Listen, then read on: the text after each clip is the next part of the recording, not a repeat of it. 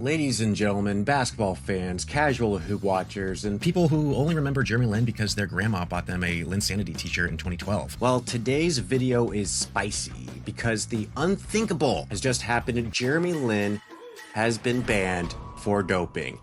Yes, that Jeremy Lin. Harvard grad, Christian icon, NBA underdog, the guy whose haircut trended on Twitter for 3 straight years. Now, I'm not going to do a deep dive on who Jeremy Lin is because you should know that by now, and if you didn't, watch my other video that goes all in on Jeremy Lin. Anyway, he's been suspended, disqualified, booted, banned, see ya, goodbye. This is not a drill, this is not clickbait, this is Linsanity turned Lin felony. So let's break it down. On March 18th, 2025, the Chinese Basketball Association, the CBA, officially announced that Jeremy Lin tested positive for a banned substance following a routine drug test during the 2024-2025 season. The punishment? A full season ban. Now, before we all go throwing our Lin jerseys into the fireplace and blaming HGH for that one time he dropped 38 on the Lakers, let's get the facts right. According to the CBA's anti-doping agency, Lin tested positive for LGD 4033, also known as Ligandrol. It's a selective androgen receptor modulator, or SARM for short, which, is a fancy way of saying legal steroids for your muscles without the roid rage or the back acne. The drug's known for building lean muscle mass while helping recovery, which, if you're 36 years old playing pro ball in China, getting elbowed by 6'10" Mongolian giants every night, it might be tempted to recover a little faster too. But rules are rules, and SARMs are banned under the World Anti-Doping Code. Crazy enough, Lin didn't deny the results either. Instead, he took the high road.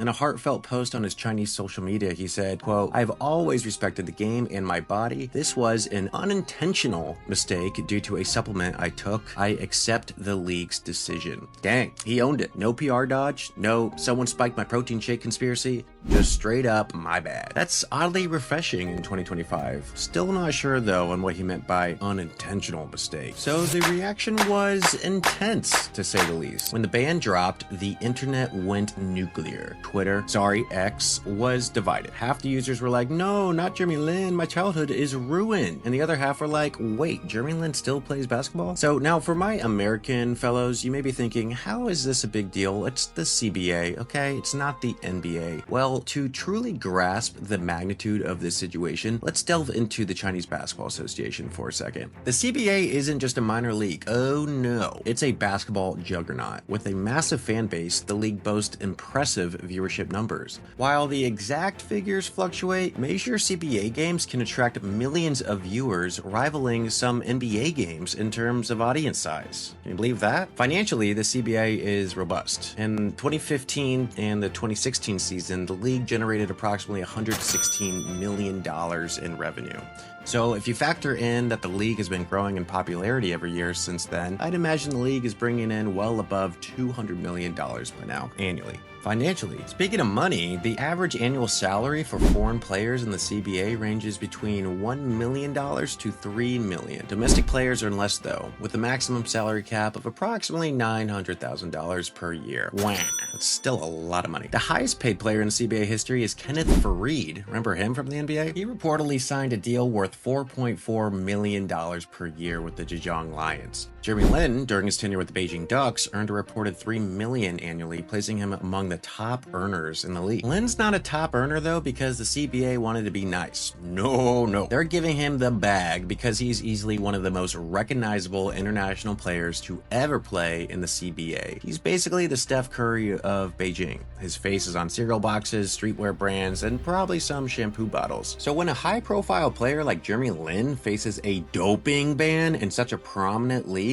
it's not just a personal setback, it's a headline-grabbing event that sends shockwaves through the basketball community. Fans were heartbroken, some defended him, others burned his jersey on TikTok while filming apology videos to Yao Ming. It was chaos. Even Chinese state media weighed in, saying his case serves as a warning to all athletes about the importance of vigilance and integrity. Translation: don't mess up like this or we'll make an example out of you. So now Now it's time to ask the million-dollar question, why would he do it? Why would Jeremy Lin, known for clean living, gospel music, and calling his mom after every game, use a banned substance? Well, let's do some Linvestigation. First, he's a 36-year-old. In basketball years, that's ancient. That's basically 95 in CBA years, where most guys peak at 23 and retire by 29 to open a barbecue restaurant. The CBA is no joke. It's a physical league. The schedule is intense. You're traveling across cities, sometimes playing 4 games in 5 nights, in arenas where the locker rooms are held together by duct tape and hope.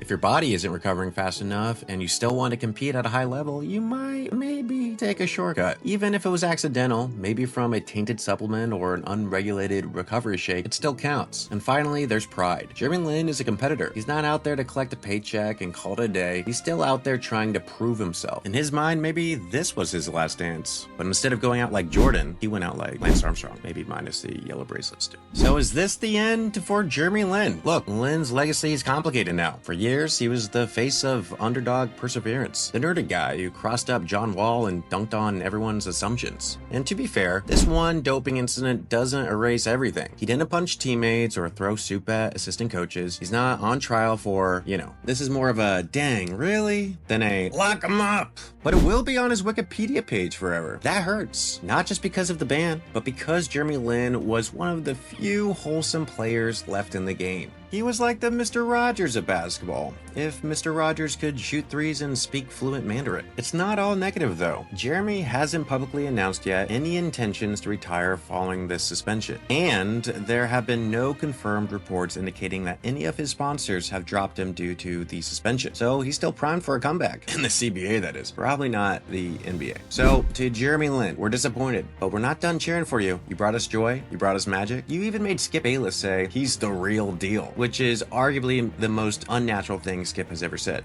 This suspension does not erase your story, it just adds another chapter. And when you come back, whether it's on the court, in the commentary booth, or as a pastor who dunks between sermons, we'll be watching. Because once you go Linsane, you never go back. Subscribe to my channel for more basketball breakdowns, scandals, and memes. And don't forget, check your supplements, kids!